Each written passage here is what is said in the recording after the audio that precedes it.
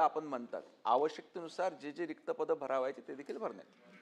प्रश्नोत्तराच्या तासामध्ये आपल्या सभागृहाला मला एक बाब निदर्शनास आणून द्यायची आहे की प्रश्नोत्तराच्या तासामध्ये आपण प्रश्न 45 दिवसापूर्वी देतात। आपला तो प्रश्नोत्तराच्या तासामध्ये येतो आणि त्यानंतर मंत्री महोदय उत्तर देतात।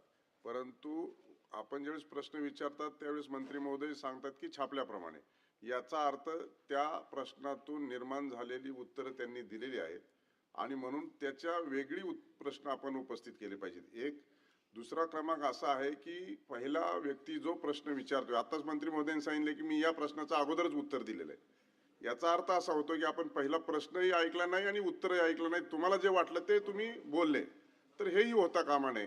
आणि मंत्री महोदयांनी देखील थ्रूआउट सगळ्या ओव्हरऑल याचं आपला विषय नाहीये हा, परंतु मंत्री महोदयांनी सुद्धा ही काळजी घेतली पाहिजे की आपल्याला संपूर्ण विषयाचं त्या भागाचं ज्ञान आहे, पण आपल्याला विचारलंय काय त्याच्या मर्यादितच उत्तर देणं आवश्यक आहे। जर असं झालं तर आपण अधिकच्या प्रश्नापर्यंत जाऊ शकतो आणि जास्तीच्या प्रश्नाला देखील न्याय मिळू शकतो।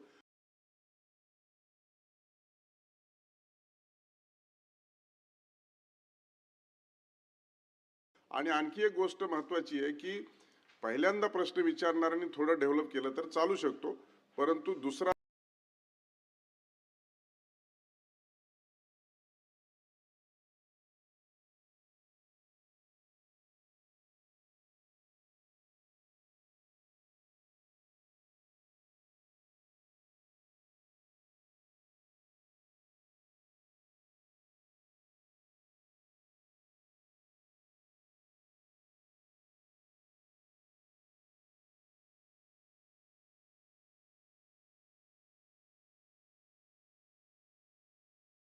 तिसरा जर कोणी प्रश्न विचारण्याला संधी दिली तर त्यांनी केवळ टिपिकल आणि स्पेसिफिक प्रश्न विचारावे, डेव्हलप करण्याच्या फंदात पडू नये एवढी सूचना आहे।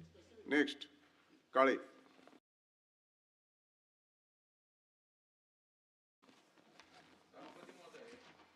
मी तुम्ही म्हणलेली सूचना ग्राह्य मानून स्पेसिफिक शिर सावंत मंत्री महोदय,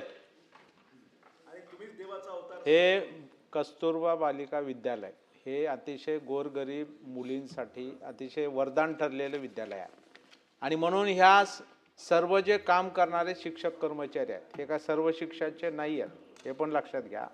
हे आपले रेग्युलर टीचर म्हणून आपण भरती केले, हे शासनाची विद्यालय आहेत, शासनाचा त्याच्यावर कंट्रोल आहे आणि आपण हे नियमितपणाने निवासी विद्यालय चालवतो आणि म्हणून हे गरजेचं आहे, राहणं गरजेचं आहे, टिकणं गरजेचं आहे, नव्हतं तर त्याचे विकास होणं गरजेचं आहे।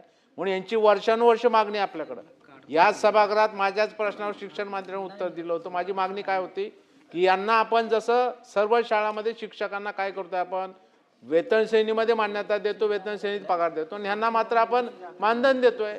त्यामुळं हे जर कायमस्वरूपी आपलं राहणार असेल आणि हे सगळे कायम कर्मचारी असतील तर त्यांना का आपण देऊ नये? आपण एकतर कायद्याची पायमल्ली करतोय, त्यामुळे या बाबतीतला सकारात्मक निर्णय आपण कधी घेणार, त्यांना वेतन श्रेणीमध्ये वेतन द्यायचं। माननीय काळे साहेबांनी मांडलेली भूमिका बरोबर आहे की राज्यामध्ये जे कस्तुरबा बालिका विद्यालय चालू आहे हे मुलींच्या शिक्षणाकरिता अतिशय महत्त्वाचे आहे, म्हणूनच आपण देखील ह्या विषयाकरता सकारात्मकतेने त्या ठिकाणी पाहतोय आणि ह्या बालिका विद्यालयांचा अजून कसा विकास करता येईल याच्याकरता देखील एक आराखडा त्या ठिकाणी तयार करण्यात येईल। त्याच पद्धतीने हे जे ह्या ठिकाणी नियुक्त असलेले शिक्षकेतर कर्मचारी आहे हे मानधनावरती आहे, त्यांना रेग्युलराइज करण्याकरता देखील शासनाची कारवाई चालू आहे। रवींद्र रेखा।